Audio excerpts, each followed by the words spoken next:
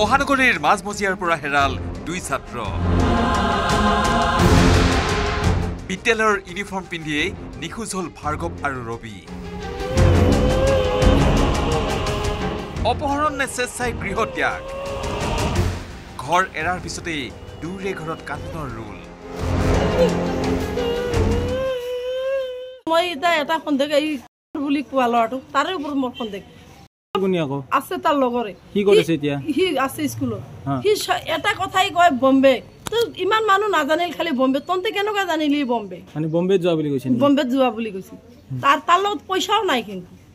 দুজনৰ লগত পইচাও নাই পান কাৰ্ড আনিছিল নেকি নাই হেগিলা ঘৰত আছে বেলতলা উচ্চ মাধ্যমিক বিদ্যালয়ত পঢ়ি আছে ভাৰ্গৱ কলিতা আৰু ৰবি কুমাৰ পেটেল নামৰ এই দুয়োগৰাকী সমবয়সীয়া ছাত্ৰ ভাৰ্গৱ কলিতা নামৰ 14 বছৰীয়া ছাত্ৰগৰাকী নৱম শ্ৰেণীত পঢ়ে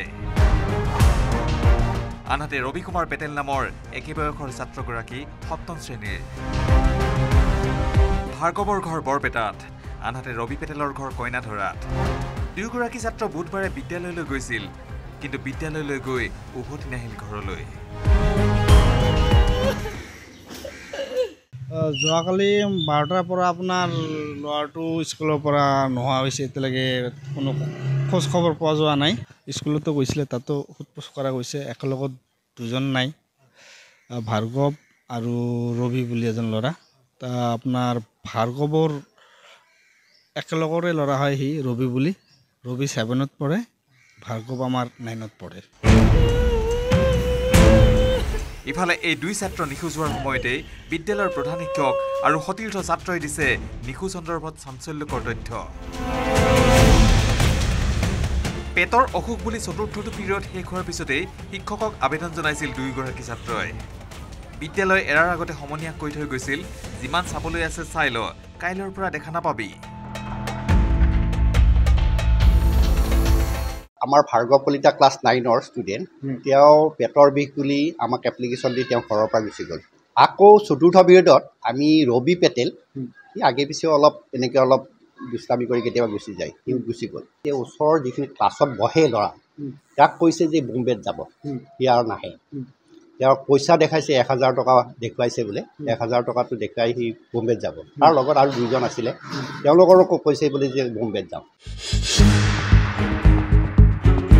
বিদ্যালয়ৰ প্ৰধান শিক্ষকৰ মতেও ৰবি কুমাৰ পেটেল পূৰ্বৰে পৰা অত্যন্ত উৎপত্তি আছিল সন্দেহ কৰা হৈছে দুয়োগৰাকী ছাত্ৰই মুম্বাই অভিমুখে ৰাওনা হৈছে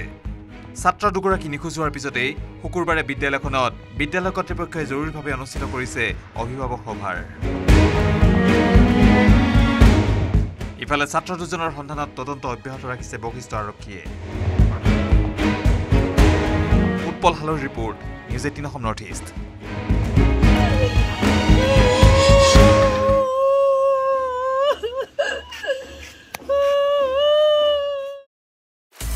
আপুনি বিচৰা বাতৰি পাব কেৱল নিউজ 18 এপত নিউজ 18 এপ ডাউনলোড কৰিবলৈ স্ক্যান কৰক এই QR কোড গুগল প্লে ষ্টৰতো পাব এই নিউজ 18 এপ